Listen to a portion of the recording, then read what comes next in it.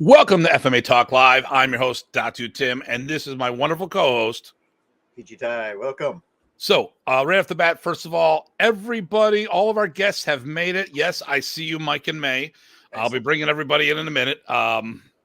So I've got a couple things I want to talk about. First of all, we had a wonderful event this weekend. We, meaning Ty, but I crashed it, which I try to make his events. He does 2 events a year. Can you tell us a little about that event? Sure. Yeah, it's just a local and adjacent, if you will. Anybody who wants to come and play and train supporting FMA, it's just us getting together in a park with some food and some training and just good attitude of sharing. And I got lots of comments along that, even more than normal this time. Everybody appreciated that familial kind of no ego kind of, hey, this is interesting, let's try it type approach. You know, and we have new people show up this time. We did. Grandmaster Carlos Patalinghug, he had 2 of his people show up. Yeah, Master and they're like, Matt and Kim. Yep. And Matt and Kim, great. I was actually on their black belt test, or I got to watch their black belt test. Excellent. You know, and I talked to them in the parking lot as they were leaving. And they're telling me, I go, yeah, you get to tell everybody who was there. I was like, yeah, well, we usually keep this kind of close to the vest with these things because we've gone to events in the past that really didn't turn out well. And he goes, this one was spectacular. We're looking forward to the next one. You know, they wanted to come and vet the event, which, you know, you can't blame them. Sure. There's so many events out there. I go, there was no ego. Everyone was sharing. What I'm going to do, speaking of sharing, I'm going to share the screen. It's on my Facebook page. I was tagged in it by PG Ty. So how many people throughout? So for everyone, it starts at like 9 a.m, goes till, how late did you go? We did go till just before 6, but there was just a handful of us left. I think the cold took its toll, but at the peak we had continue, you know, at the same exact time. I think it was 43 I counted. There might have been a different peak, but I was busy running things. So that's the best count I had. But overall, it was well over 50, almost 60 people total throughout the day, which was wonderful. Well, and then you had Mr. Rogers show up. He was flying to Mexico the next day, but he came by and stopped in. That was a wonderful surprise. I was not expecting him because he normally presents and brings a ton of cool stuff and a ton of good Patrick's experience. Amazing. And I didn't expect him because I didn't hear anything about him. So that was a nice surprise. I told him he made my day. But yeah, that kind of attitude of just support is just wonderful. And he and Styles are really good about that. So I want to talk about this real quick because everyone hears me talk about business all of the time. We talk about business, talk about being professional, all this other stuff. We talk about doing the thing. This is an event that I donate my time. So this was Easter weekend. Janice and I hopped in the car. By the way, I found some shortcuts on the way back. So we'll talk about that in the future before you come up to Buffalo. Sure. Drive time is about 6.5 hours for me. We left first thing Friday morning. Did some stops on the way there. Friday night, got something to eat. Saturday, showed up. Probably, I was about 1:30, 2 o'clock when I was done. Yeah. And then, then we went out and got some food, went back to the hotel, and then 7:30 in the morning, I drove home. I spent my own money on gas. I paid for my own hotel. The only thing that Ty did, he bought everyone food. We made sure we had pizza, and people made a donation towards that. Now, of course, he made some swag for me. He's got some nice QR. He did a bunch of 3D printing stuff for me. But the thing here is, I talk about retention events that keep people in the art. This is one of those things. We need to do recruiting events, which we get in front of people who don't do Filipino martial arts. And I made a point during my session, is anyone that's the first time? One kid, he just started maybe a week. I go, welcome to the family. And we got to, and I told him it was a dysfunctional one at best. Yeah. So, but these are the things we need to do. There's 2 tiers. There's recruitment and retention. I talk about the business because we got to think about this, the long-term game. But this is an event. I try to go to both of his events. He does this twice a year, doesn't charge a dime, asks for a donation to pay for the rental of the structure and to pay for food. So sometimes he's doing all the cooking. This time he did some cooking and ordered in. How many pizzas did you order in? 6 pizzas, plus we had a couple 3-packs of hot dogs and stuff. So. And you had a whole bunch of water. You know, you're buying pizzas water of chips water and everything. Yeah. And I think Rose brought donuts and yeah, I know. I had one. So that was very grassroots. I really appreciate that. This is an important event. It's a very good event. Okay, Rich Parsons from Detroit or Flint, Michigan, north of Detroit, says hello. Excellent. And then Terrell, who was one of the people presenting there. First person out the gate. There we go. And this is the first one where my son had two of his friends come train with him. So he was off working with them and helping them adjust so he could actually own it a little better. So that was wonderful. And okay, here we go. Looks like there's going to be a DOS Modern Arnis seminar coming up. We'll be talking about that. Excellent. Cool. Or a World Modernist Alliance seminar with our DOS brothers. There you go. So let me see here. I want to talk about next week's show real quick and then get in the show because our guests are all waiting patiently. Yep. And if May, we don't want May to have to put up with us any longer than she has to. She's chuckling in the background. And then Darren, another person. He was there too. There you go. Yep. So next week's show, we're going to talk about the relationship of the Praces brothers. Now, as always, I talk about things that I know about. I have some inside information. Recently, it's been brought up. So Friday night while I'm down there, I get a message from someone in the Combatant community because somebody in the Modernist community was making comments saying that the Praces brothers hated each other and Remy did all this other stuff. I'm not gonna ruin next week's show about this, but I have personal inside information that's verified and verifiable. Okay, but here's the thing. Let's say the information was accurate. Why do we have to bring it up that way? How does this help the legacy of the Praces family? So let me talk about one thing. We talk about Modern Arnis Combatant and Henigran Arnis Namano. Remy created Modern. His two brothers had their own arts. Whether we could go one of two ways. We can say, Remy said, no, you can't use my name and you can develop your own thing. Or, flip side, both brothers did create their own unique style that merited being its own unique system. Okay? Systems. Their expression were different than their brothers, and it was different from what he was teaching. Let's focus on the positive, the growth and the development, not necessarily whether or not Remy said, stop using my name or not. And this is the kind of stuff, and it really annoys the hell out of me when I see this stuff. And people in the modernist world making these comments specifically, shut your damn mouth and stop talking about stuff you don't know about. Yeah, and these are the kind of guys that I would throat punch. Actually, I'd probably do a lot more than throat punch face to face because they don't know what the hell they're talking about. Now, well, there's no reason to stir things up, especially when the people aren't around to edify things. Ernesto's been gone for a decade. Remy's been gone for over 2. It's done. What kind of bullshit is this? I mean, how the hell is this helping anything? You know who I'm talking about. Shut your damn mouth and make sure you don't show up in front of me. I'm telling you that right now. It's not a threat. I don't make threats. I make statements and guarantees. All right. So, okay, let's get into the show. Because next week, you know what I'm going to be bitching about. But today, it's a celebration. This weekend is the Buffalo Niagara Martial Arts Festival. The weekend after is the Martial Arts Symposium in I don't know where our new location. We're an hour north of Manchester, New Hampshire. And this will be phase 2 of the FMA Invasion. We are taking over. So, in no particular order, I've got Mike and May Williams, who have been part of that event. Okay, we've got Steve LaFave, who's been part of that event for a while. Dean Franco, which was the most junior as of last year, but now to the group. And now Dean's gone up a notch because we have the latest member from the West Coast, Suru, Jason, and I of the Anaya Eskrima system. That's awesome. Lady and gentlemen, how the hell you doing? Doing great. Doing great, Datu Tim. All right, and then Renee, here we go. What's Tim pissed about today? Tune Too in late, I next already week. said it. Tune in next week and you'll find Next week, I'll tell the modern artist world where to shove their sticks.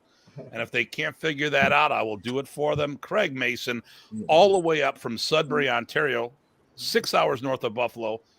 Not quite the polar bear region, but, you know, it's close enough. We've got from Connecticut, Matt Jones is saying hello. Let me see. Why you asked Ty to cut his hair?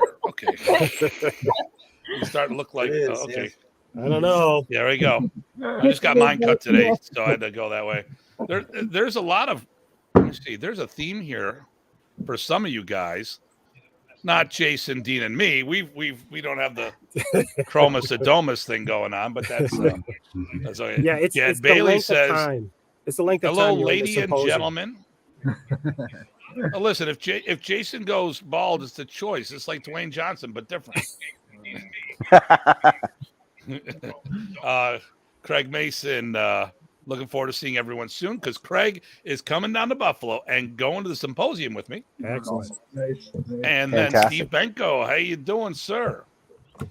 So, wow. Well, Steve, you're the only one I don't really talk to regularly. We don't see a lot, but I've been seeing, I see Mike and May. They come to my camp. Jason, we were hanging out in Reno somewhat recently and in Vegas. Can't get enough. And there were two separate trips.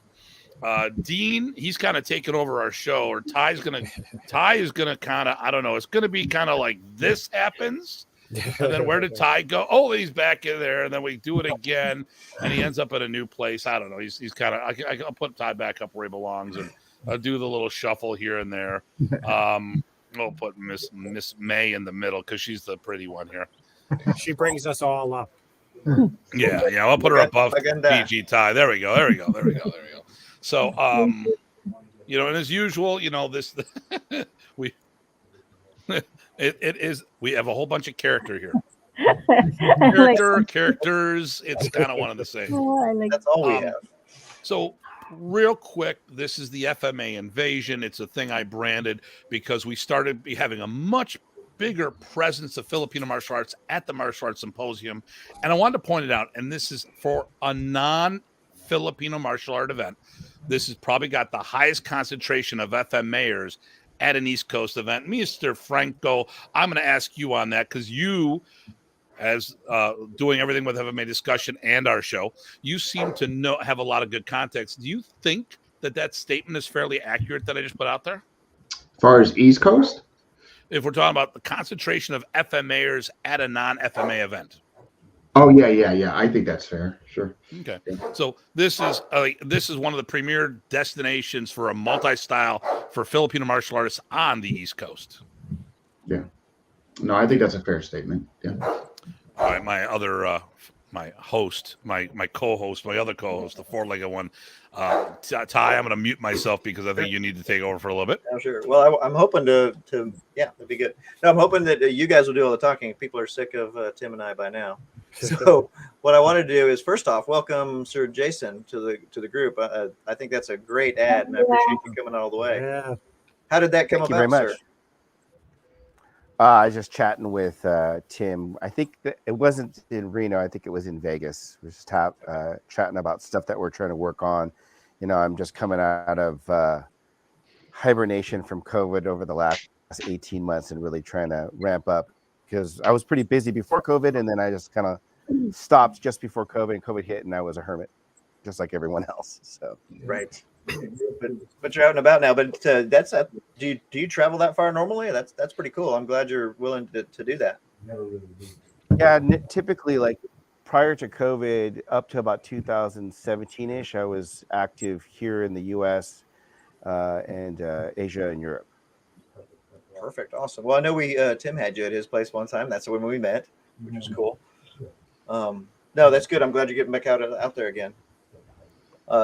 I'll jump to Steve here too, because as Tim said, we don't hear from you a whole lot. So what's been going on with you real fast? And what are you thinking that you want to share with the group up in New Hampshire?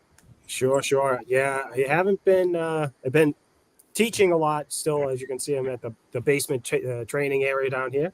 But I took a kind of a different position at work, so I had been traveling a lot, and so it was getting kind of difficult. So I apologize not staying in touch as much as I should. But that's going to change because I am actually planning on doing a lot more FMA events over the next several months. So that's going to be good.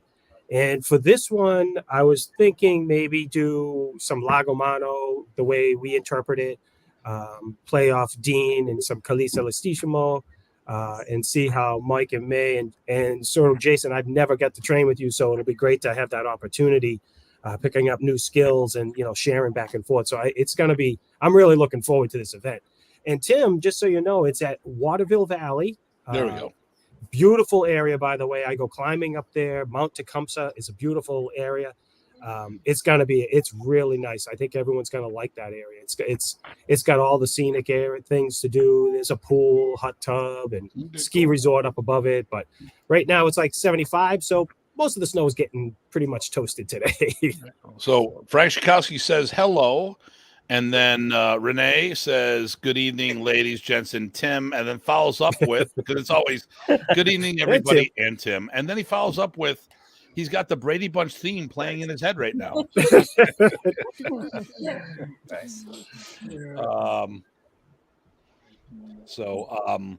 Cool. So I don't have the schedule yet. I mean, all I know is, and listen, here's the thing. There's going to be things going on all day. Friday night, a couple of us going to be doing some things. Then Saturday, then Sunday, and then what happens is I just tell Terry, just put me in, coach, and tell me where I'm going and what I'm doing. So, here we go. Will you be quiet? Stop it. We got here, Ty. You talk. I'm going to be muting me. Yeah. So I think all of us probably gave Terry some. Ideas about sessions you want to do. I hope everyone did, but I wanted to touch base because this is actually spanning all over the U.S. with Jason over on the West Coast, Tim way up in New York, me down in Virginia. We've got Dean in Connecticut, and Mike and May. You are again, just so you can tell everyone. Salem, Massachusetts, right near Boston. Boston. We got friends there. Great. And Steve again. You are. Tell everyone. Just out. I'm in New Hampshire, so I'm just north of where Terry is. Yep. Right. So we're coming home to you. Yes. All right. Great state of New Hampshire. Well, by the way, any one of you, by the way, if you're out here, want to do anything or need a base for anything, your home is my home. We're again, this invasion is invasion of family. So that's how I look at it. And then we have Black Scorpions Sikaran Arnis International from the Philippines says, "Oh, Harold, how the heck are you doing, sir?" Good. So we'll probably have Grandmaster Unyo of Lenata Kuntao show up. It's his birthday yesterday or today. Yeah. So, usually pops in, so we'll get to wish him happy birthday. We're not singing it, by the way. No. I don't know how to sing that in Tagalog anyway. Not this group. Maligayang kaarawan. That's all I can say. Yeah. So, and there's going to be other FMA people. Now, I want to talk to everyone about this real quick for those who are watching. There are a bunch of so this event has some very top tier instructors at it. A lot of these guys can easily be doing seminars of their own, but they're not because they're running full-time schools, they're running businesses. So because when we look at all these different people doing different things, people are like, well, who are these guys? I've never heard of them. Well, maybe it's because you've never gone to that area. There's a lot of hidden gems around, and just because someone's not doing seminars nationally or regionally doesn't mean they're not good. It just means that they've got other things going on. When I pulled Jason and when I started working with him, he was not known in my region. That's not why I brought him out. I saw talent. I said, you got to come to me. Or, well, not come to me. You got to come out to my place and show these people. Yeah, no, you got to come to me. So I went to you, then you got to come back. Actually, the funny thing was, Jason and I were Facebook friends, and we're talking back and forth. And I got talking and say, hey, listen, I'm going to be at Palin Sama Sama. We should be there. Okay, sure, no problem. I'm sitting at a table talking, not even knowing who he is, because he had purple or pink hair at the time, which I didn't think anything would have that kind of color hair. But and then after and of course every guy in the room was jealous because he had dropped that gorgeous girlfriend with him at the time. He's got a better one now. So the thing here is, I'm talking to this guy for like 40 minutes or so. He takes off and all of a sudden, Jason is really cool. Jason who? Jason and I. Where is he? You were talking to him the last 45 minutes. I'm like, because when you speak on, listen, when you talk to people on this during Facebook Messenger, you get a thumbnail the size of a fingernail. It is a thumbnail, literally, you know. And I've never seen him and talked to him. And then the very next day, he did some presentation there.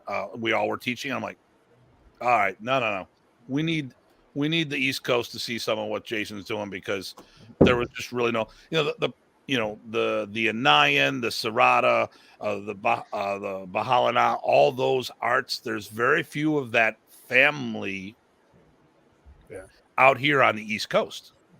And you know, and Jason and I got along really, really well. I like the idea, you know, someone younger pushing the envelope, and we know who his father was, so you can't get much closer to the source. And we had a blast. We went to the falls and hung out and did some training, and we've, you know, been a whole bunch of do a whole bunch of things. We're constantly hanging out with each other on the road, and I want to do it more. Obviously, COVID put a little hamper on that. Let me see here. Some teach only a handful of students in secrecy. Okay. True. Yep. Always happens. Exactly. Yep. So, you know, like I said, this event has a lot of top tier people, you know, a lot of people who are, well, I mean, hidden gems. I mean, you know, once again, you might be known in a circle, but I look at all you guys. I mean, there's a lot of, I mean, okay, I knew of Mike and May because I knew of Mike. I'm sorry. I found out about May through Mike. I knew Mike because of the Modern Ace history. All right. Steve, I didn't know who the hell Steve was. And then Terry introduced us together. And Dean, we started talking. I go, hey, listen, your podcast, is there, or your vlog, is there a podcast version so I can listen to my car?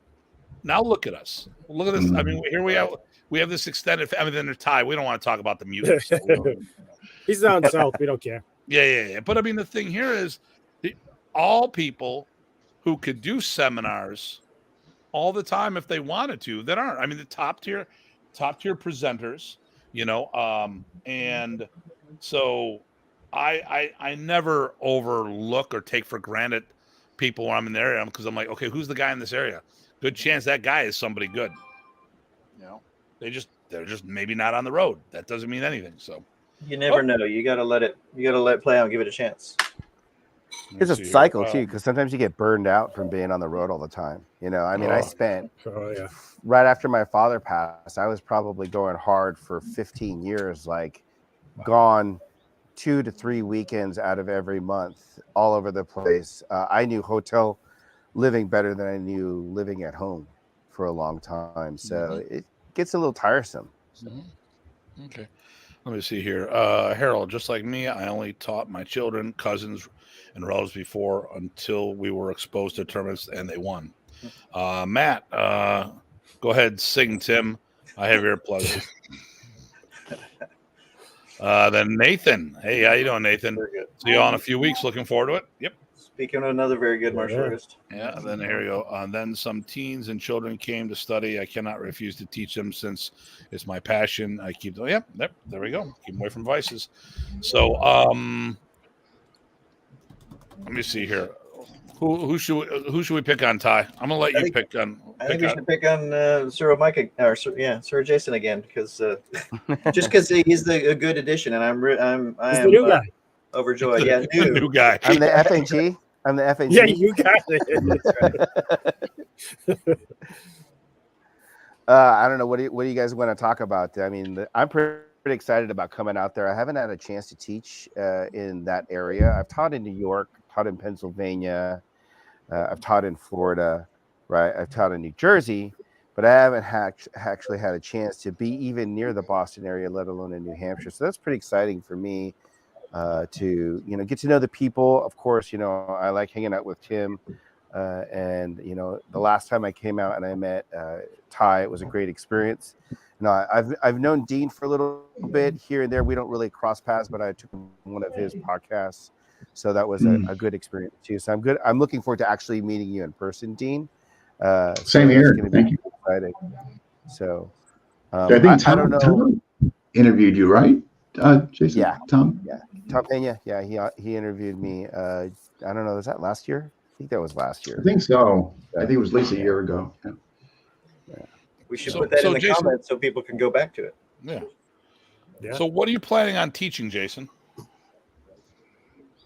Terry sent me the thing, and I don't even know what I said to him. I was like, I could teach Serrata, I could teach the full system, and then I have the other system that I founded as kind of like a proof of concept for something that, I'm an instructor under my uncle Dan in Asanto too, and he's saying some stuff about how, arts, the ultimate art would be this mixture of things. So I founded this Spider Dumont system out of that comment because my father said can't add anything that isn't Filipino to the family system. So I said, okay, that's fine.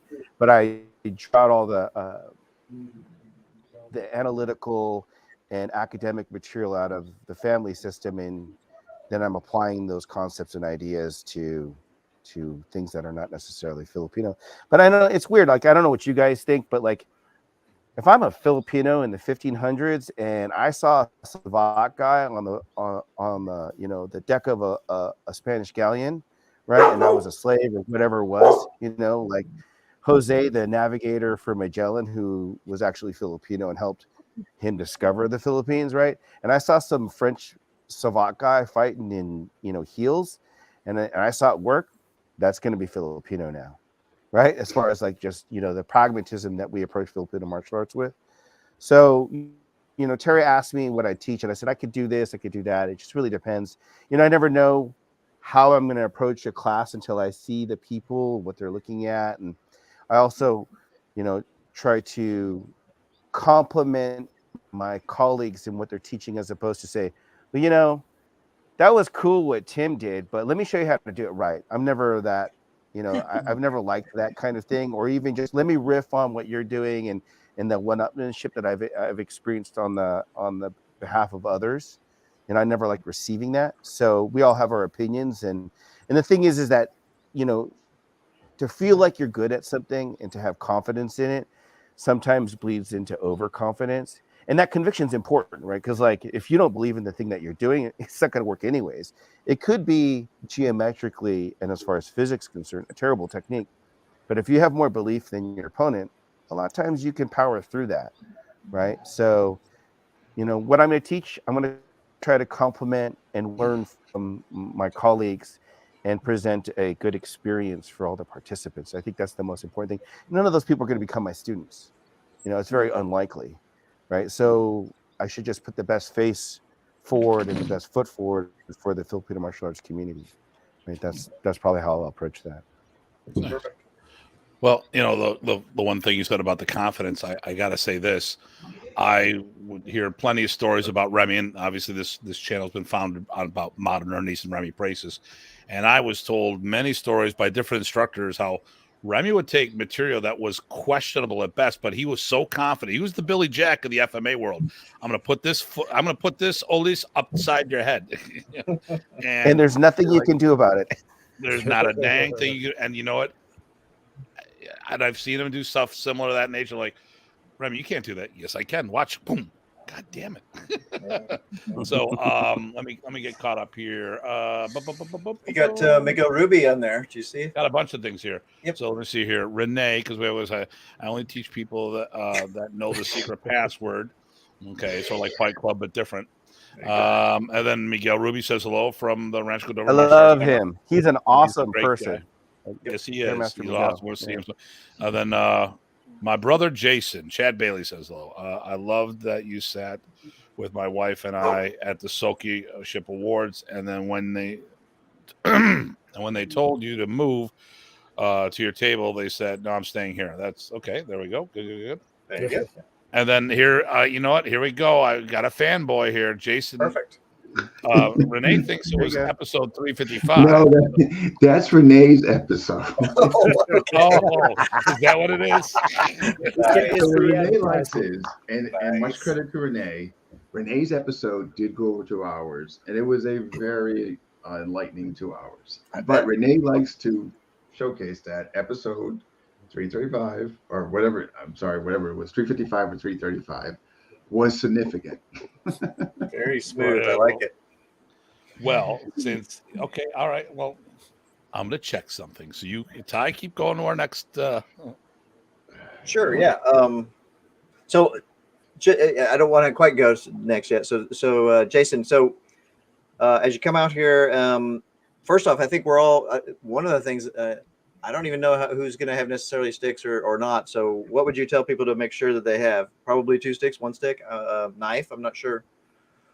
I know you could riff on whatever. Honestly, I think I might approach it with Serrata, honestly, which would be single stick, right? Like in the generation that I represent, because there's lots of different generations, the Cabal Serrata Eskrima system was largely, as far as structure concerned, designed by my father, right? And it was which leaves a heavy influence on West Coast FMA in general. But the generation itself that my father is from is the first group. So you're talking about a 26, maybe 28-inch stick, much longer stick. There are many techniques that Grandmaster Cabal has taught that you really need that length of stick. So, and I don't know much, though I do respect that there is a different version with the 18-inch stick or the 19-inch stick or something like that. So those is already good. But honestly, the motto for my family system, the United System of Eskrima, is instantaneous adaptation. So I'll just adapt to, what people have, right? Because sometimes you got to use what's at hand as opposed to what you prefer. And that's how, like Steve's system, Kogo Toto's, anything goes, right? So let's just make it work, right? I just want people to have fun, right? That's the most important part. But probably Serrata, that'll be fun. And the thing is that Serrata doesn't have a big footprint on the East Coast. Right. And it was, one of the first popularized FMA systems or styles in the United States. Wasn't the first, according to my Uncle Dan. That's Kabawarawan, which was in Minneapolis in the 1940s. Yeah, Minneapolis. Well, that's one of the other things I like. That people will find this hopefully just as nice as I did. You bring a lot of information, background information with what you're showing. You're showing good stuff, and you're giving plenty of stuff to work with. But at the same time, you're giving the rest of the story a lot of times, and I really appreciate that. That is awesome. I try to, like my dad was all about I had to learn about everybody from that generation and my generation as much as possible to know who the players were. He felt that showed a respect and a passion for the art, to understand that there are other systems and each one is right in their own way, right? And to be able to let your students know who they are. How could you not know what modern Arnis is? How could you not know what Dose Par is, or even Bulin to Walk for that matter, right? How could you not know the West Coast Eskrima scene, or FMA scene, if you will, which is so very different than the East Coast, like if you're in the US where, as much as there's great systems and I got to teach in the Philippines, there's a lot of great people out there, you don't see FMA mentioned prior to the 1960s really until it got revitalized here in the United States. So. No, that's awesome. Good. Should we jump? We haven't heard from Mike and May too. We probably should jump to that. Real quick, catching up. Dean put on, I'm assuming, what was Renee's show. Yeah, so that's Maestro Jay's episode with Tom, which in fact okay, so it's not Renee's. Yeah. Okay, all right. Renee's claiming that he gets 10 cents a view, but according to this, he's only had 15 views. That's why he keeps promoting this. Everyone, just to make him feel better, watch it. Okay, no, he's wasn't 5 of them hit. 5 of them was him. Yeah, because he came in. He did Google, then he did Explorer, then he did Opera, then he did Firefox. I'm gonna have to get him on again. I think he's feeling a little left out, so I'm gonna bring him on again. Well, he's spending all his time on this show. That's the deal. See that he doesn't have time to be on your show.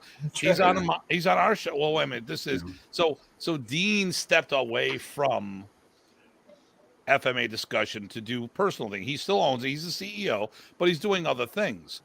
He spent more time on this show since he's retired than he has on that show. It's just got not by just coincidence, Yeah. Do you guys have Discord? I'm on Discord, but I hardly ever use it. Okay, so Mike. Oh, yeah. May's coming up. Okay. Are you doing CLOT and FMA, or as far as I know, I think so. We usually do it every year anyway. So as far as I know, whatever Terry tells me to do, that's what yeah. So that's no problem. Yeah, thank you. Oh, look at that! 5 more shows, and I can get a cup of coffee. There we go. So, So I will say this for those who haven't met Mike and May. Okay, I at the risk of sounding like a snob, I travel and I've trained with some of the best in the world, I've seen Guru Dan a bunch of times, Bobby Tabuada, Remy Pracis, Ernesto, the Pracis brothers, Ted Buat, who was my teacher at Balintawak, not to be confused with Sam Buat, the guy who was supposed to be the successor for Anchan, and a whole other list to be like Dr. Mungji from Bondo, all this other stuff. Mal Morney, friggin' the guy's name, one of the biggest names in Silat. You know what? These guys are phenomenal. They are top tier people. I could see them on the floor with anyone. My mindset is like I don't sweat anyone around me. I sit there. I know that there's someone I can offer something to everyone. And when and I look at my, sometimes you can get in your own head and rattle a little, but to me, I'm just that level. I go, Mike and May, they've got everything that everyone else has got. Listen, I'm not saying they got every piece of material. What I'm saying is they got all the stuff that everyone else out there. It's just that certain people have a higher social media representatives out there. These guys are top tier. I love everything that they've done. I haven't seen. My body can't do the things that they can do because I'm old. But I can't do. I'm European. I'd be better off in HEMA the way my joints are working right now. Very upright, standing. I'll still do some stuff, but I can't do the Silat. What form of Silat? I can't be on the ground. Oh, well, we train with William Detrois and the Kundal Silat, Uncle Bill, and then we also train in Indonesia, the Baringin Sakti and the Guru Edward Libby. We actually may send them another trip for maybe October, right, to go back to Indonesia and the Philippines. We go to the Philippines and train there too. Yeah. So, but awesome. So those two, groups we try to do a lot with. Yeah. Okay. Yeah. Oh no, rodents, Dangerfield. That's guess who? That's far like we knew it was coming. This is the guy. We love him. He's in Michigan somewhere. Do I really want to do the one from Matt Jones? I don't know where he's going with that. I don't know. We'll okay. Is May a Datu? No. No. So once again, it came up again. This stuff never stops.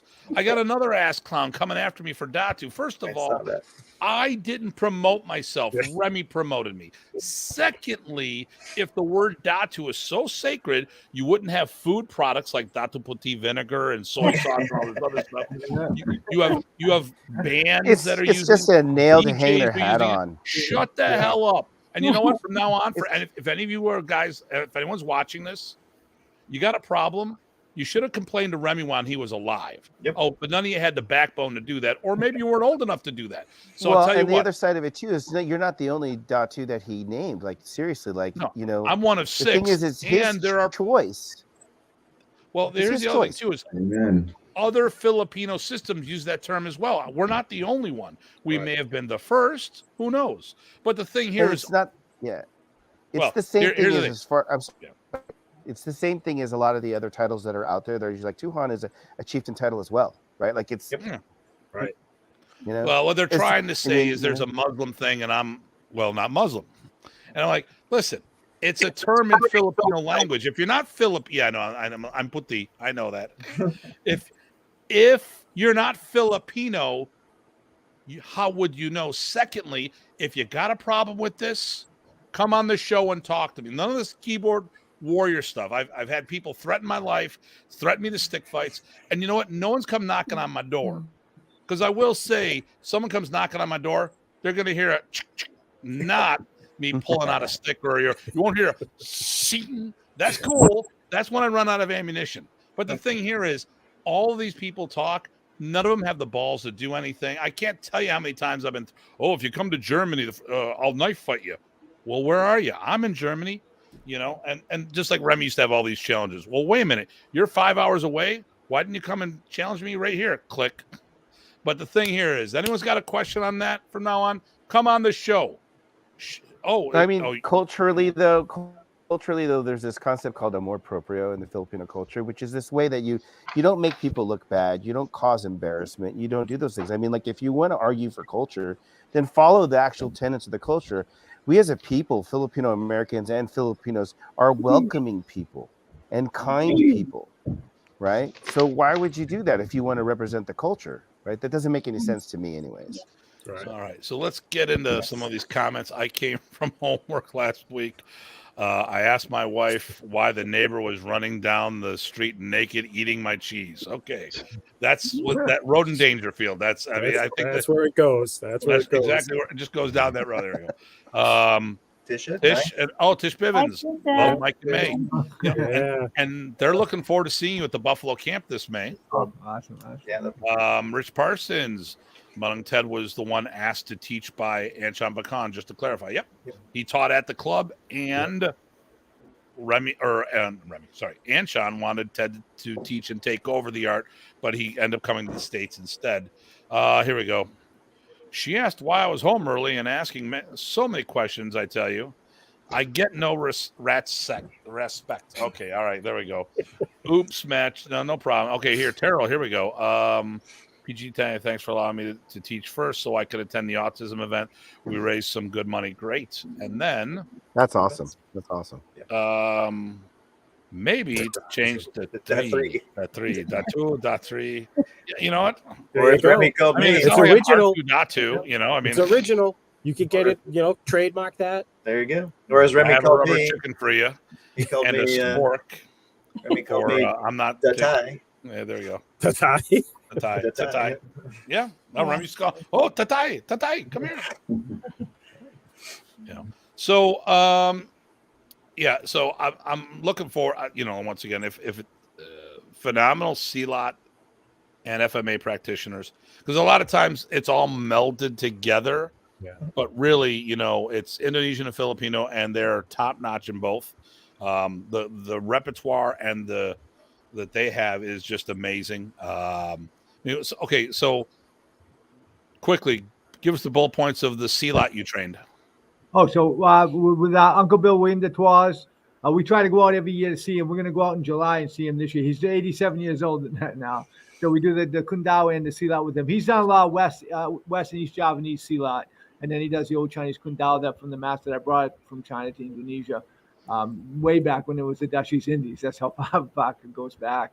And then we travel to Indonesia and do the Baringan Sakti, the Harimau CLOT, the West Sumatran styles with Grandmaster Edward Libby. At the IPSI, at the Martial Arts College, we stay there and do a private lesson with them on his CLOT. Both of them over, I don't know how many years now, over 20 years for both of them, I think. Yeah.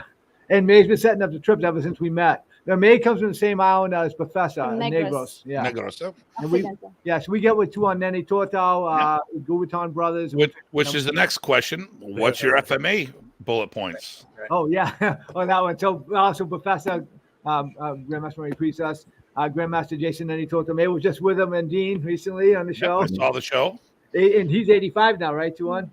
Yeah, and then the Gubaton brothers. Grandmaster Abraham passed away, but Grandmaster Sabbath, his younger brother, who's 84 now, we get with him. So, real quick, when are you planning on going out to see Uncle Bill? July. Yeah. July 7. July 7. Okay. I was going to see if I could. I was going to see if I could come, but I'm going to be in Austria. He's retired. He pretty much just teaches at his yard. So we go in his backyard and hang out there. May we'll cook up a storm later. We have a blast. Have a cookout that night. Yeah. Unfortunately, I'm in Europe that weekend because I was going to talk to you about that. But May tries to do it all the time. So you can, always schedule another time. Yeah. Get together. All right. So Steve, I'm gonna pop over a little. Steve, tell us your background because for the viewers who have not met you before. Let's see. I started probably my first FMA. Great. Okay. So Dean, let's get first FMA was probably like 78, 79. Met my karate instructor who was doing. Actually, he had supposedly practiced modern Chinese. And it was just prior to the Remy's book coming out. Okay. And then I kind of got hooked in that. And then Salat, he had brought me into Boston to one of his students' schools. And then from there, I just started picking up things. I met variety of people. Mike and May, we met in like 98, 99 when you had Nene out, and I was training with Tom Sotis under Mock, and then met Leo Gahe for Paquita Tertia. Went into Sayar Kali for many years. Met Ray Floro, and he really became a big influence on the way I train with Kalisa Lastrissimo and Floor Fighting Systems. And then continued on with a couple of other instructors. Going up and down the East Coast, I've met a dozen or so other, famous people, I guess you would say. And I just love learning. And that's why I'm like, when I got to meet Dean again, we had met many years ago.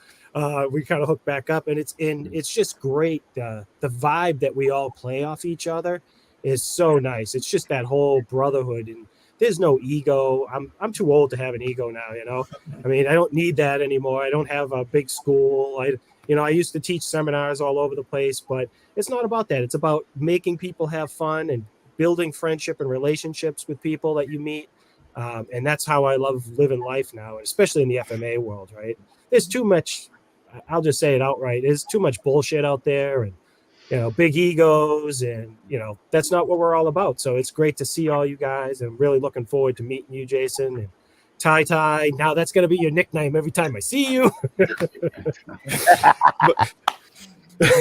You'll have to come up with one for me. I don't know, but I'm afraid. I'm actually afraid now, but yeah, it's been a great journey, and I've been training the martial arts since I was 10 years old. So, and I'm 58 now, so I've been around.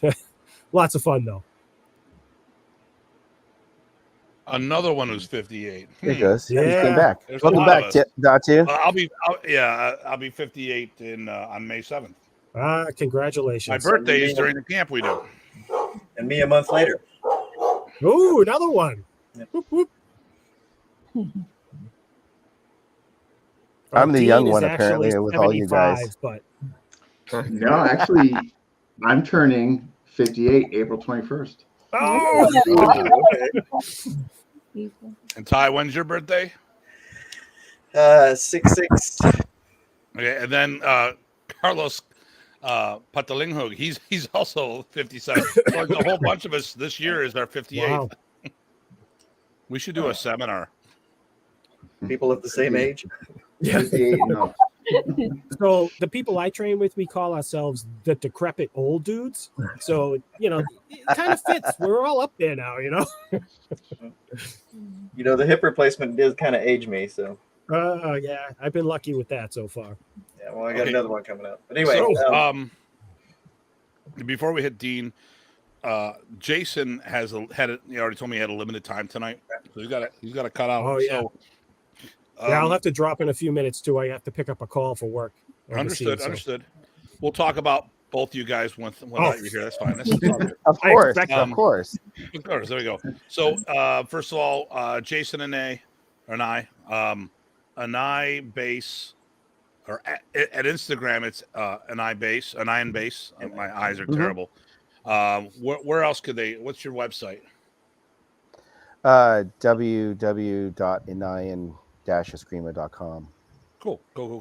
INAYAN-eskrima with a K.com. Eskrima with a K. There we go. Yeah. Yeah, I can change There we go. Cool. So, Jason, I'm looking forward to seeing you soon. I want to talk to some people about whether you need that transportation. Are you staying there, or are you going home afterwards right away, or are you on the coast for a while? I'm there till Sunday, and I'm bringing Patrick, if you remember him. So he'll be I remember the whipping boy. Okay. Yeah. All right. So just in case you were going to stay on the East Coast for a while, I wanted to make sure we plugged that if that was the case. So nope, not this time. The next thing I got is Vegas. I have an instructors camp in Las Vegas, May 20th. Nice. Yeah, Jason, when you're up on the East Coast anyway, just let us know, and we'll push it out to the to the circuit and everything. If we can get down wherever you are, let me know. We'll come down and travel. Cool. That'd be fun. All right. So Jason, it was nice seeing you, and we'll catch you the next time around, which is in 2 weeks. I'm here for 20 more minutes. 20 more minutes. Oh, okay. Oh, you have more time. Okay. You're not taking them off, are you, Tim? Okay. So, guys, I'm gonna jump off so I can get hooked up to this call up there. But hey, it's been great meeting all of you again. Looking forward to seeing you in a few weeks. Yes. Thanks, Steve. All right, Steve. See you soon. Bye, guys. All right. So let's. Okay. Okay. Let me see So here. Jason, I was going to say, I don't know if I told you last time we talked about, I had been hearing about NIN since the early 90s in the Eskrima Digest.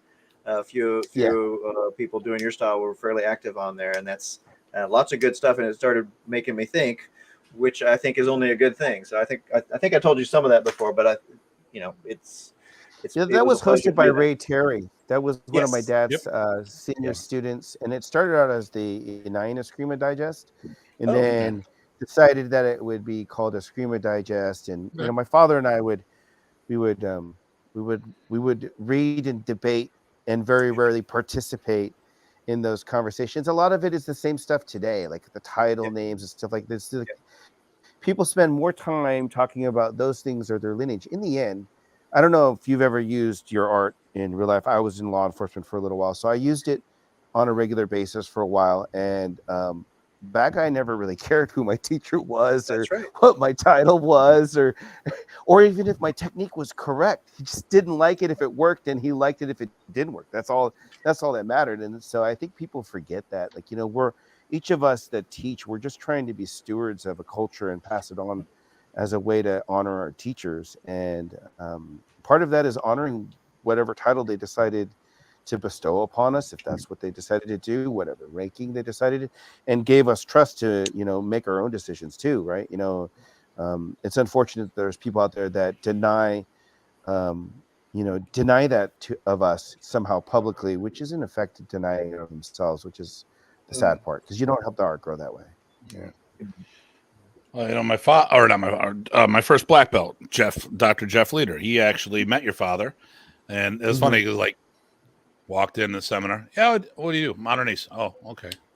Then at the end of the seminar, yeah, you can come back. My dad was like that. I'm very similar. Like the story that you told before about like talking to me for 45 minutes. I did that to Rick, who does the colleague conversations. Did the same thing to him. Like we just, I was brought up like, if you know me, you know me. If you don't, you don't. I'm not here to introduce myself. I'm here to participate. Right. And that's the way my dad was. Like, oh, you're pretty good. You should keep training though. And it's not meant to be an insult. It was just like, keep doing it. Keep doing the good work. Okay. All right, let's get up some of the comments here. As a Filipino, I don't have a problem with someone who is Datu. Every club has its own ranking system, respect and discipline. That's awesome. Main tenets of martial arts. We can we can have an exchange of ideas, but not fight to see who is better. And once again, this is something that a Filipino put in place, and I just happen to be one of the recipients. So then here we go. Tim 2 may work. It's unique. There's Rocky, who was who was an avid user of Eskrima Digest with a K. Yes, he was. Or actually, I don't know if that was with a K or not. It was with a K. Okay. All right. Here, Terrell, to the panel, how much difference in blade work from CLOT to FMA? Well, I can't tell you. I don't have enough CLOT in me to tell you how much different the blade work is. I mean, I've done stuff with them all morning, but that's very limited. Mike, May, can you? I think what's kind of funny is you'll see some stuff that might look different, and then when they do the applications, it's actually almost identical. So it's kind of funny. There's like a basic exercise, and we come up, we'll show you that set. But it's a basic exercise that he can expand to the 5 strikes. You know what I mean? So it's almost like crosses over, but it looks different at first. I would say something like that, maybe. There's so many different styles, but that's what it kind of looks like. A lot of times we'll see comparisons, maybe different terminology, different kind of exercise, but it crosses over. You'll see something and be like, "Oh, that's Cruzada," or something. But it was we didn't see a lot. So the Majapahit Silat is pretty much the same as far as the weapon use is concerned too. Like it's really just taking into account mass of the weapon, where the balance is. If the tang is a full tang, you can chop maybe. If it's a half tang stuck in pitch, probably don't chop, mostly stab. So it's more characterized by the tool set. I mean, you see that with like the differences in the karambits from the different, because they're not all the same. So they use them slightly differently. Like the karambit that comes from the Philippines is a much longer blade. It's not as much of a hook. So the use will be different, Yeah. Cool. All right. Renee calling us a bunch of youngsters. Well, there you go. Yes, we are. And then guys just still Bob. Listen, Rocky, you're 1 year younger than me. Shut up. He's 56, turning 57. Stop it. Excellent excuses. I have to remember those. All right. Chad Bailey, sounds like you want to. You all have a blast, have fun, and great training. We always do. Oh, Mr. Lohman, love awesome. Hi, troublemakers. That's it. That's really it. It's not really the rank. I had a teacher recently tell me sometimes the rank is not symbolic of what your current skill is, but is what your teacher wants you to grow into. Yep. Yeah. Sometimes it's the teacher saying. Sometimes it's the teacher saying, "Hey, I want everyone else to follow this example." Like Grandmaster Priest is calling you Datu to him. It's like, "Hey, I want you to follow this person's example. This is the example that I want you to follow." Because the rank isn't. My dad used to say, "Rank isn't for you; it's for all the students that are following after you." I've always said that I don't need a belt. I don't need a title. I don't need any of that stuff. It's for my students. It's not for me.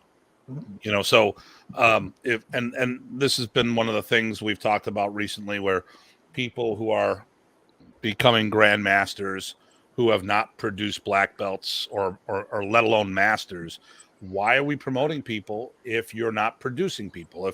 If all I had was a backyard club, which is how I started after I left my school, none of us need rank. We know who number one is, and the rest is but it's the team. Okay, right. I'm the instructor. But even when I was doing that, we were a team. It was never I'm better than you. It's like someone's got to take point. Yeah, I know the material. I'm teaching you the material. So the more material you know, the better I'm going to get too. And the whole team, we don't want any weak links on the team. And if that means the rest of the team is beneath me, there's the weak link. It can't be me. It's got to be the whole team. If the team is the quarterback, the team will never win. So yeah, that's perfect. Thank you, Dan, for sharing that. Gets me on my mini rants. In my circle, your rank actually means squat. If you have skill, it great teach us. If you're a dick, stay away. No matter language how good you are. He could be Richard. Dick, Richard, it's either way. Okay, what are your thoughts on the typical American combat sports rank of coach? I've got no problem with that either. I actually want to teach some of the guys actually locally. I have some of the local school owners training with me, and I go, yes sir, because they're come back from the Korean mindset and all this other stuff. And I'm like, I don't want to say I'm your teacher. I'm your coach. Okay, coach. All right. And it was still down there, but I mean, I don't ask people to do this. And when I'm in my day class, it's mostly black belts from other systems. So it's Tim, my night class, I got kids and teens in there, got to do a different route. But I have no problem with coach. It's just a word. I mean, that's what, was. And then I can see that point of view of like you're coaching people through things. At the same time, I tell people when they call me, I'm like, I'm not really a coach. I'm not going to be able to coach you on how best to win a sporting match. That's not the thing that I do if that's what you're looking for. So I kind of make that mark. You can see how I would be coaching you, right? But at the same time, I'm not interested in whether you win by points, or you get the medal or the trophy or the belt or whatever that is. Yeah. It's not where my concentration is. All right. So I went to the eye doctor. I said, "Doctor, I don't look right." He said, "Your face is not the problem. Your eyes." Wait. Okay. My glasses are too dirty and they need to be replaced. Can you get this one? And then we want to talk to Mr. Sure. Dean. So Harold chimes in again. Remember, black belts are also white belts who do not surrender and quit. Ranks are given to recognize the experiences, time spent, and level of knowledge. Sure. Well, listen, at the end of the day, and we say it all the time. You got to keep a white belt mentality. We talk about this amongst ourselves all the time. A black belt is just an advanced beginner. And, I'm constant. It's been a while because COVID put the kibosh on a lot of things, but I was constantly putting on new white belts, doing Brazilian Jiu-Jitsu. Yeah. I did my down, my Sikran, just all these different things because I want to be told this is wrong. I want to be held accountable. Now I'm doing it in the business world. So with my Maya coach, like, no, that's not the way to do it, Tim. You should do it this. Okay, all right, gotcha. And it's, even though it's not my martial arts, it's still nice and refreshing to be learning even if I picked up guitar, it's something in my life I need to be told this is wrong. Where if I'm doing something wrong, if I'm doing something wrong, who's going to call me on it? I mean, a lot of people wouldn't feel comfortable or wouldn't know enough whether to call me on it. I'm a big proponent. If you're not learning, you're dying inside slowly. You need to always be learning. Sorry. Yeah. And ranks are for sale at times. Yes, there we go. I just want to be held. Sometimes black belts are white belts with more money than the standard white belt. Okay. All right. So Dean, because we got sidetracked because I thought Jason had to leave earlier than he did. But we got rid of Steve. So I mean Steve had to leave. My bad. The subterfuge. It was all a plan to get rid of Steve.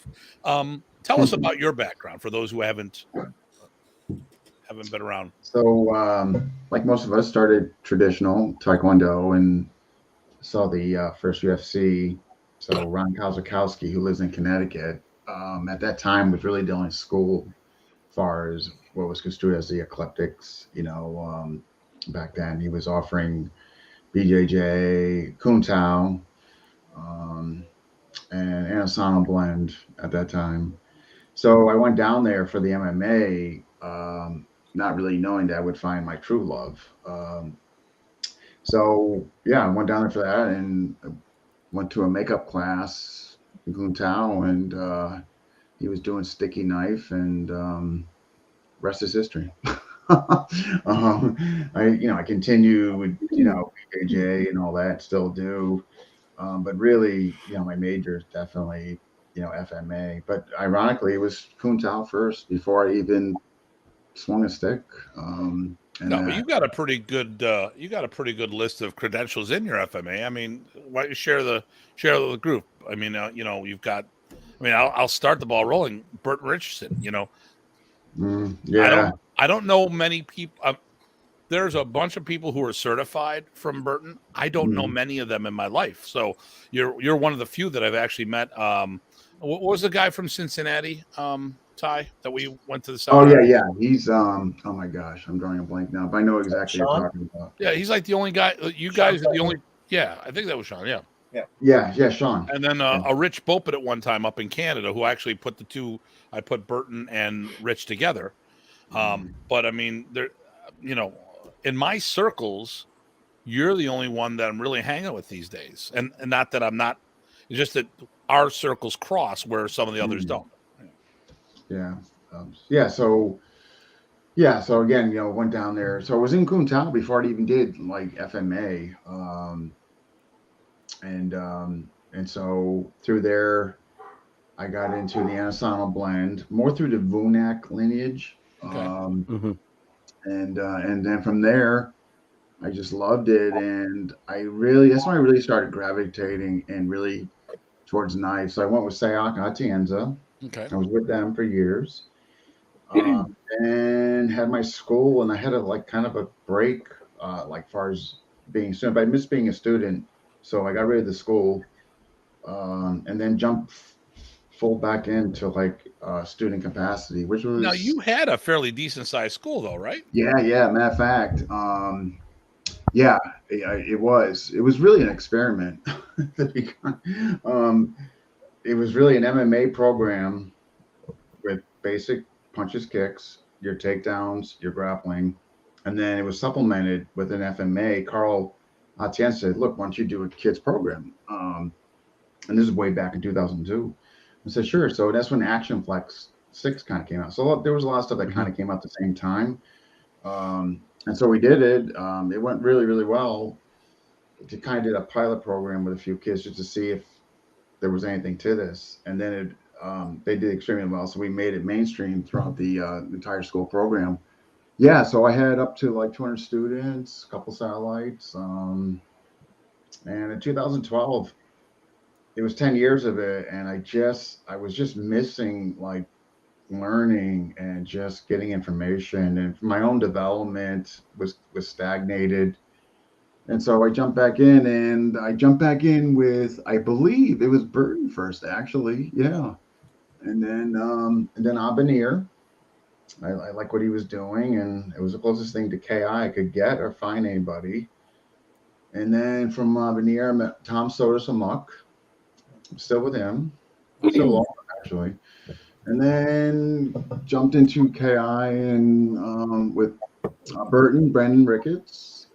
And now I'm still doing that and trying in Lameco. Nice. Now That's a good mix. Yeah. So let me get this caught up here. Actually, there's only one, and that's. Then we see this: experience and passion are the best qualifiers. Yep. Boom. Okay, so you've been to a whole bunch of things from different backgrounds. I mean, different style systems. Like, you've been to Chad Bailey's camp. You've been to other different events where multi-styles going on. How does this event compare to those other events? Knowing that this is not an FMA exclusive event, but an FMA inclusive. Yeah. Well, when you look at, Chad's is definitely more on the FMA. I mean, there are other styles that come in there that are not FMA related, but predominantly it is FMA. And Chad, again, everybody's heard me say this, runs a wonderful camp, and that kind of same mentality. There's no egos.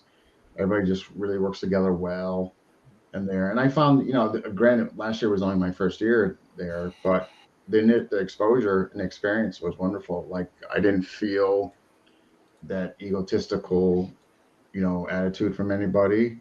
Everybody was pretty open and friendly. So that was refreshing. So on a much larger scale than Chad's, I thought it was incredibly well run. I think Terry you heard on when we just did the show together with you. I think Terry just does an incredible job with it. Knowing what he's got to plan it and coordinate an amount of time it must just to create that schedule in there. So I think those two, Chad's and the one coming up, really emulate that whole people coming together regardless of styles, working together, piggybacking off one another, sharing and all that. I just think it's really illustrated there beautifully.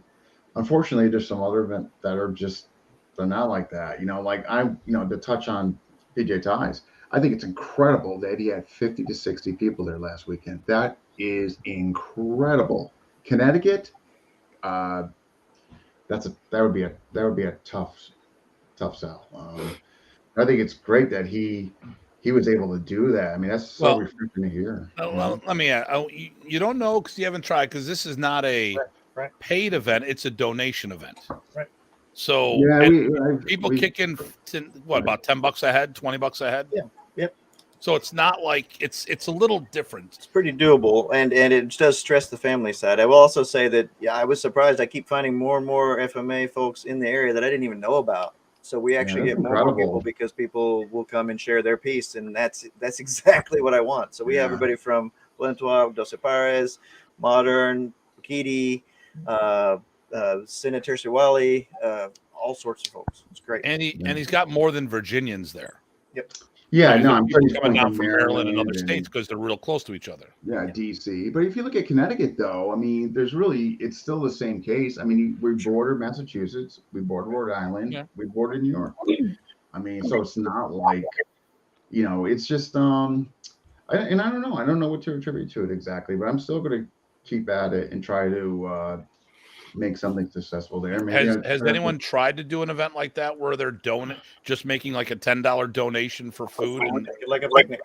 No, honestly, I'm not aware of anybody's tried that. I tried it, but we weren't doing donations. But perhaps that's the way to go. I'm fine with doing that. If that will make for a great event with everybody coming there, and if it's donations, so be it.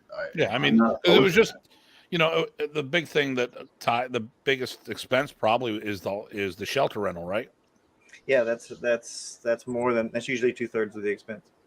You know? Yeah, we get school. The nice thing up by here is there are a couple of schools I could utilize virtually for free. So really, it would just be getting the word out. So I'm gonna have to talk to Ty and basically get some ideas. I would, and here's the thing: this is something in the park, and I think that's a whole nother vibe too. That could be. Oh yeah, maybe because like it's barbecuing and stuff like that. You know, that's true. That does that. Yeah, that's a nice aspect. Here's what I'll tell you. You schedule it properly. I'll come out. Okay. Yep. Awesome. I'll be there to help you. And listen, and I'll do it on my own dime because you know what? There's recruitment events, and then there's enrichment events or retainment events, and this is about retention for our people. So. Exactly. I mean, right. And it's on the show, and I can't bleep myself. Well, actually, I can bleep this out later. Good. Well, no. Yeah, I will now. The fact that takesy backsies. You've heard my intro. All right. So, cookout, multi-style. Here you go. Renee said he'd go down there too, even though you have a lot of graveyards. And there we go. Tim Hartman. I'll come out. I've got no problem doing that. Okay, let me see here. Yeah, that would be fantastic. Pigbacks are rather weak. Be careful of piggy. Okay, whatever. I'll be hosting a fun raiser. Yes, I do. More swords. They're on the floor. I swear to God, I do. Pennies a day. You can help team get a real sword collection. What was it when they were up there? The rack was starting to, and it's one of those you got to put it in a stud because I'd help you with the stud finder, but it would keep pointing at me. So, anyways, on that note, Arms of Angel soft play. All right, Renee, I think it's all the way to the graves of Connecticut. Freak people out. Okay, I will try to make it if you do it. Okay, Renee says he'll try to make it. You know, and I tell you what, Renee, if it's easier for you. You drive to Buffalo, and we'll carpool out there. Oh my God, that would be awesome. You know, it might be quicker for him to go up the other way. I don't know, because he can go by Montreal. Where's Renee located? Toronto. Yep. Metro. But he's in that whole area with everybody else there. Okay. No, well, he's up by me ish. I'm Canada South. He's I Buffalo thought he was North. north of Toronto, unless I'm mistaken. What's north of Toronto? I thought he was north of Toronto. Unless I'm mistaken. No, Craig Mason. So Craig Mason who knows if he's in Milton. Okay, so Craig is in though too. Oh look, Craig would drive, and if Renee could be picked up, there you go. There you go. So we'll have the Can-Am crew coming out. I tell you, it'll be like the Canadians coming down. But that's the thing. This is just an example of the grassroots nature. This is exactly. I can't tell you how many times everyone tells me, you're not from, I said, where are you from? New York.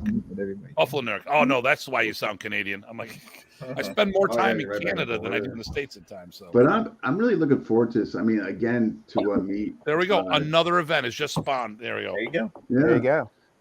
And I'm looking forward to it. This was coming up here to meet, Maestro Jason and see what he has to offer. That's going to be really neat. Because I don't, unfortunately, some of the shows that Tom did, I would catch pieces and all that.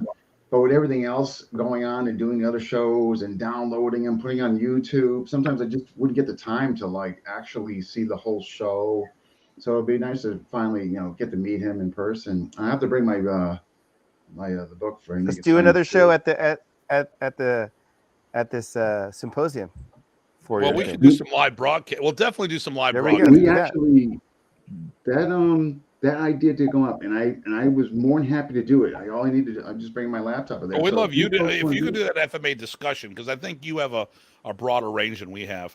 So so Renee is an hour and a half from Buffalo, and a 5-hour ride and that's Tim is like 12 hours because he goes with Tim. So this is what I get all the time. I get no respect. All right, folks, I got to jump off. I got a class to teach. Thank you so much for inviting me. I look forward to meeting everyone. I look forward to seeing you. Safe travels. Don't forget everyone, October 7th, the Grand FMA seminar. You guys do one, yeah. You guys in. Okay, great. Yeah. There you go. See you soon. That one? Bye. So that's the one with. Yes, October 7th. That's the one I'm teaching at. Yes. Yeah. Yeah, don't forget that one. October 7th. All right, now listen. Okay, I'm gonna take Jason out there. I'm gonna kick him out. Oh, you guys are all too big now. Okay, kick from the studio. Okay, so Mike and May, I definitely need to hang on before we go. We're gonna shut the show down. Stay in the background because I have to ask you a question. And that's about it. Do we have anything else we're really? People should go to the symposium. Everybody needs to go to the question symposium. for you, Tim. I can send it to you via Messenger, though. Okay, well, or we can wait a couple minutes after the show, unless it's a one-on-one type thing, and I got to talk about. No, it's definitely not one-on-one. No. Let me see. Let me put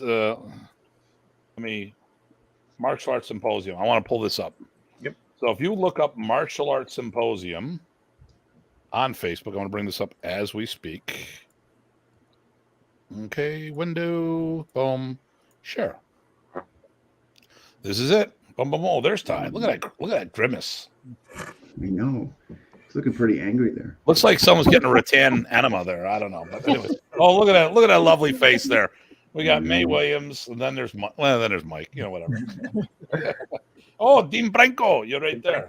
It's gonna be great. All right. Then I mean, I knew somebody. That's why I'm front row center. There you go. Boy, yeah. There we go. It is. That's when the check went out, right? So it is the Waterville Valley Convention Center in Waterville Valley, New Hampshire. Yes. Really nice. Here you go. You just go right here. Reach out to Terry Dow. And if you're an instructor and you're bringing people, there is an incentive program to help you with that. So we can talk to Terry about that. We'll get into that. But he makes sure that people who support him, he supports back. And even if you can't, organize it ahead of time, if you show up last minute, he can accommodate that too, as far as attending. So yeah. So what is a Suro? I don't know if Suro. We should have asked why. Well, Jason is here. I mean, there's a lot of dialects in Philippines. That's, I think. Is that the same thing as Guro? I think so. Miss But May? Jason would tell us for sure. But I'm not sure. That probably. Well, listen, he is an instructor, so it would be in the similar family as Guro. Yep. The Filipino version of like Sensei or Sifu or something along those. And his father's title was Manji Susuro, if that helps you figure it out, May. Oh, okay. Yeah. So and then Nathan Porter gives us a thumbs up. And we can practice more Tagalog when I'm there, right, May? Yeah. Yes, definitely. All right. Yeah, and maybe Mike will actually I'm learn gonna ruin something. it. I'm gonna. Just kidding. Maganda gabi. Let's see. See, all I have to do is say like 3 words, and I show up, Mike. It's awesome. Woo, hey everybody! That's what Nathan Porter says. Hello, Nate. So other than people getting there, I guess they probably don't have any last minute questions, but now's the time to sneak it in before we close out. Do you guys have anything else to say as far as what you want to do, who you want to see, what you want to cover, how we want to work together? Nathan Porter's a ninja. Just for the record, he is like a crazy ninja, and he's jumping around like he's awesome. Dude, I love this guy. I wish I had his athleticism. Yeah. And there he is. He's good looking too, which makes me really hate him. And then John Savage says, Nate. And, he is really good people. So this is the type of diversity. So listen, here we go. Okay, I'm an FMA guy. I go to an event. I go to hang out with the FMA guys, and I get to see everything else. Right. All right, and I don't get in trouble for it, which you shouldn't, because if you're the one paying for lessons, you're the one in charge. Yep. Stop that shit. Oh, my instructor won't let me go see someone. Well, if you're paying them, and it's like belonging to multiple gyms, but that's another story. Right. And Nathan, he thought that's funny, so nice. Better be a check in the mail for that one, Nathan. Better be a check. Is Guru equal to 3rd degree black? So Guru is instructor, just in general. So it depends on the style. Sometimes there is a degree level requirement. Most in modern there wasn't. Right. I was a Guru as a blue belt because I passed the instructor's course. Right. I was a Guru at green. There you go. So, but generally in modern, you were supposed to be a black belt in something else first. So, but I wasn't. But that's okay. And I think in WMA, it's Guru at was it first, second? I can't remember. Officially, we do Guru at a second degree because a black belt. So the browns up to and including first degree black belt is considered an apprentice instructor. And then what we do is at second degree, that's when we first officially. But a lot of times when you become a black belt, we're like, okay, Guru. It just be And it gets messy all down the line too. I'm sure you're familiar with it, Matt. Like Punon Guru, it can be in some styles it's the grandmaster, some styles it's just head instructor, some styles it's master. Whatever. Yeah. So like with me, Remy told me. So you're a ping pong guru. I'm a ping pong guru. Yeah. So I asked him one day, somebody was using the term Punon Guru. And I asked him, what does that mean? He goes, well, Tim, you're one. Well, what do you mean? No, I'm not asking to be one. He goes, you produced a guru. You produced several gurus, and that made you Punon Guru. Now, I know a friend of mine, the late Rudy Casico in Toronto, was Guru Rudy forever. Once he produced his first guru, he became Punon. He started using the term Punon Guru. So, others in other styles, it's the grandmaster. It just means head instructor or head, whatever. Oh, Renee, here we go. What are the ranks in your modern Kali system? Yeah. Who's modern Kali? That's what I was going to ask. Who's modern Kali? Sorry, Renee. Listen, if you're identifying as a Kali practitioner, that's fine, but you're still just cosplaying. There is no such thing. But anyway.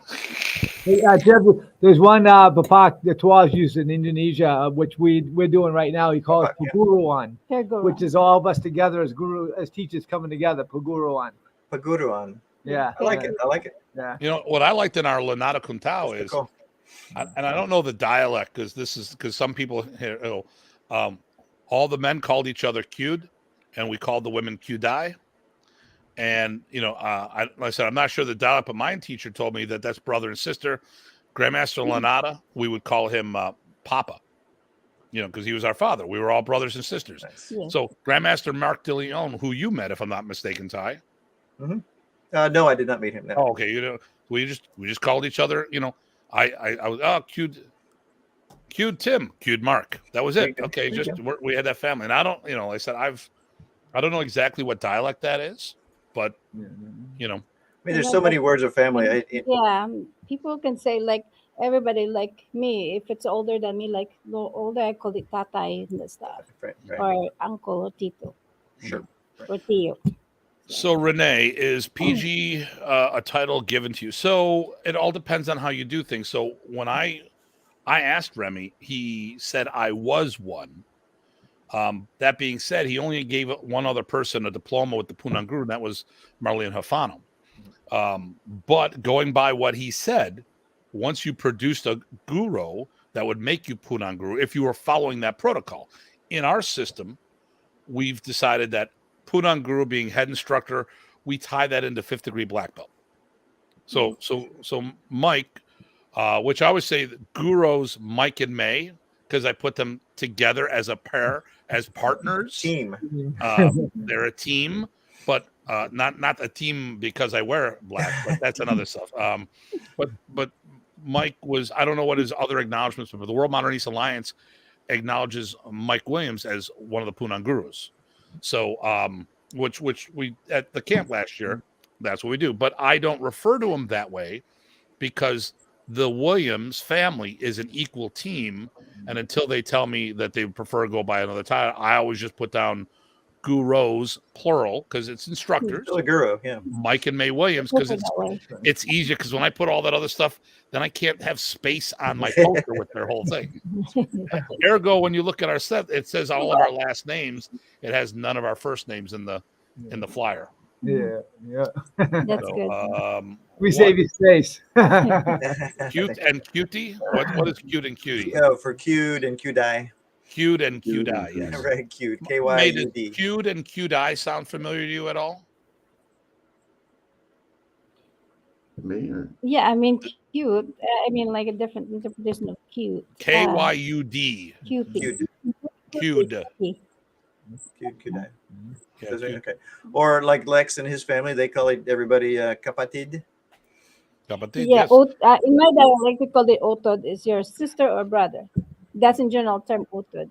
Or in Tagalog, is kapatid. Okay. Okay. So Renee, yeah, you could call yourself. I mean, if you're the head instructor, By definition, Punan Guru, you know, it's just a translation. Yeah. it's just a translation because I don't think there's any cultural. I don't think there's a cultural thing attached to it. I think what happened. Okay, so we'll go back to the Datu thing. I'm not going to call. There's multiple DJs in the Philippines that go by Datu and their name. Yep. There's a rock band called Datu's Tribe. It's like Grandmaster Flash. Grandmaster Flash, you know. So there's a whole bunch of people. There's Datu music out there. There's all this stuff that's going on for bands and stuff like that. If it was such a strong cultural thing, I doubt very much anyone in the society would be using it outside the context they're talking about. But it's you know, first of all,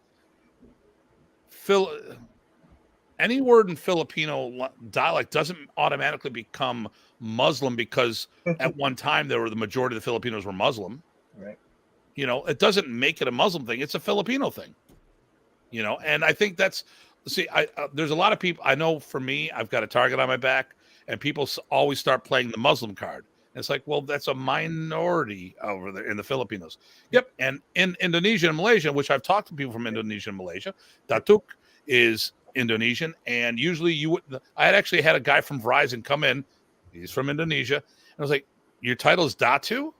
I go, well, it means chief in Filipino. Oh, you know, and then we started talking about Indonesian. I go, yeah, no, actually, no. Yeah, you would have to be in service to the royal family. It's like being knighted and all this. And actually, Remy told me Datu was like being knighted. So I am Sir Tim. Goes with Monty Python. And the Great Wizard Tim, not to confuse the other wizards. Right. The Grand Wizards. That's and I should say you said that right. You said it correct. There we go. Look at that. No, Boom. Okay. All right. So listen, let's all meet in New Hampshire in 2 weeks. Yes. If you have any questions on it, talk to one of us. We'll get you in contact, whoever you need to. Bring sticks, training knives. That's right. And a whole bunch of other stuff. I know I will have merchandise to sell. Mike and May will probably have merchandise to sell. Dean, will you have anything to sell? I'm being told by then. I'm hoping. Matter of fact, I have to talk to Nora, but FMA discussion search should be done. There we go. I was hoping to see that. Ty, I don't know if you have anything. I don't, but who knows? I might print up some tchotchkes to give away. There we go. And then, yeah, don't be surprised what's going on. You never know who's going to show up. Okay, and I said this before. Great show tonight. Thanks. I didn't say that. That's Steve. Okay, so we got sidetracked. It's probably the dogs. You know, I'm working on building a studio downstairs away from the dogs. So if that worked out well, then I won't have less distraction. The thing about the FMA Invasion, we are a group of people who specialize in Filipino martial arts. There are other people who are certified in Filipino martial arts that will be at the event, and sometimes they teach.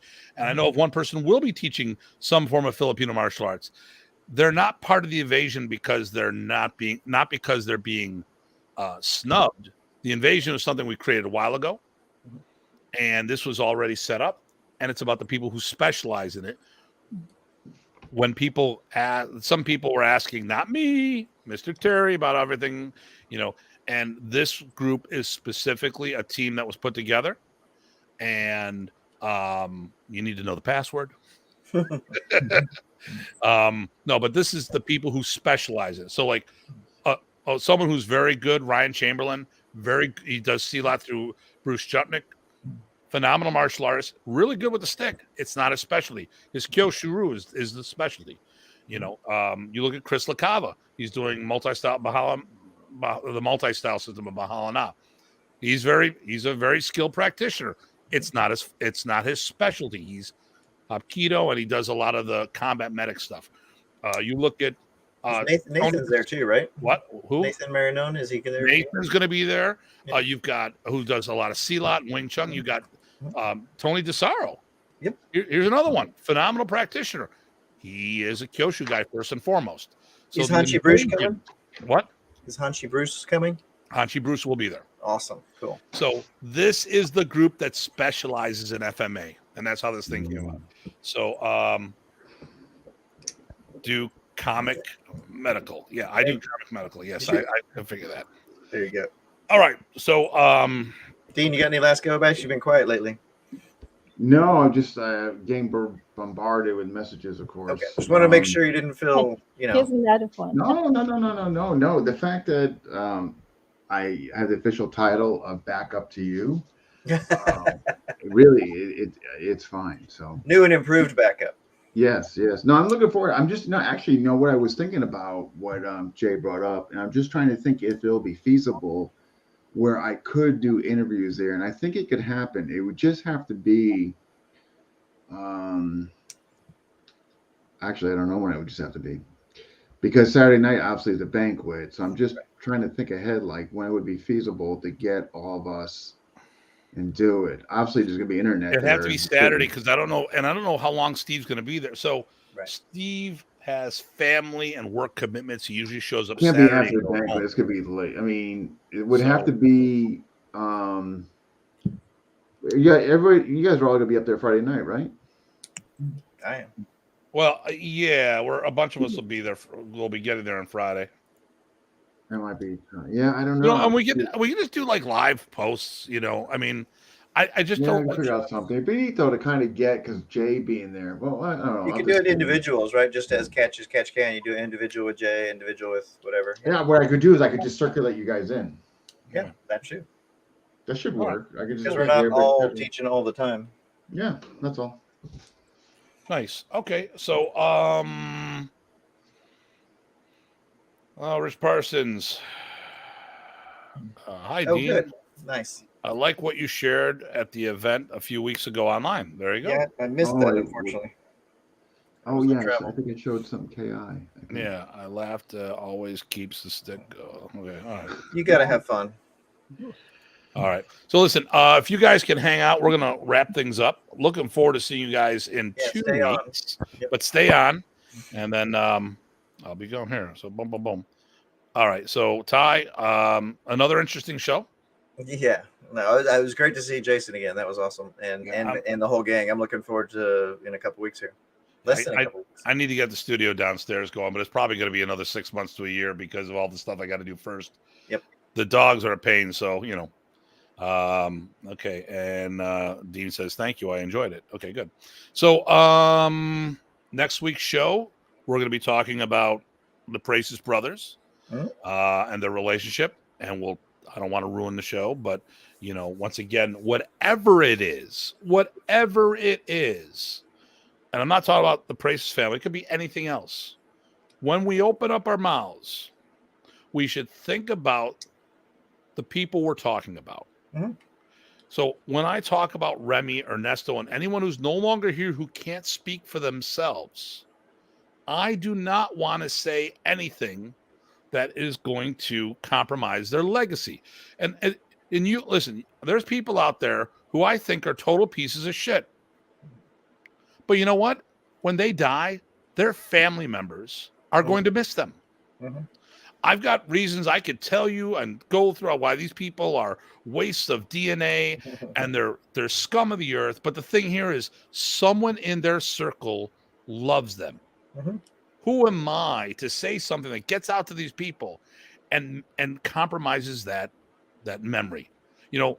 I know for a fact that a lot of people say, oh, Remy was my best friend. Right. He was your best friend. You weren't his. Who am I to tell someone that? Right. It's not my place to. And why would I tarnish someone's memory? Yep. So this is what next week's show is going to be about. There you go. And hopefully I won't throat punch somebody. Because if I did on the screen, I'd break my screen. There you go. I do have one sort of go back. You'll usually check and see if I got anything. I only got one little thing to say. I might meet Datu Bong Friday. Carl Minkle's school is bringing out a Teenage Mutant Ninja Turtle thing, and Bong Hernandez will be. Nope. Oh, sorry. Shashir. Sorry. Yes. Yes. Yes. Shashir Nakalo Friday is going to be at Carl, and it's going to be in Mount Airy, Maryland. Right. Was it Karate America or something like that? AKA or something like ATA, that. But Carl Minko is the guy. Hit up him. I'm going to If go out you there Friday can't- night. If you can't reach out to us, we can put you in contact. Yeah, with them. absolutely, yeah. So I'll be out there Friday night. Yeah. I'll put a name, a face to a name. Hopefully, The first Datu. he was the first. Okay, The that's first what modern I'm Datu. trying to remember. Okay, yeah. All right. Well, listen. Always a pleasure, my friend, and great event you had this weekend. We got to do more of them out there like that. As always, this is a pleasure. Everyone, please stay safe and stay sane. This is Dr. Tim. PG Tide. Take care, everyone. And see you all soon.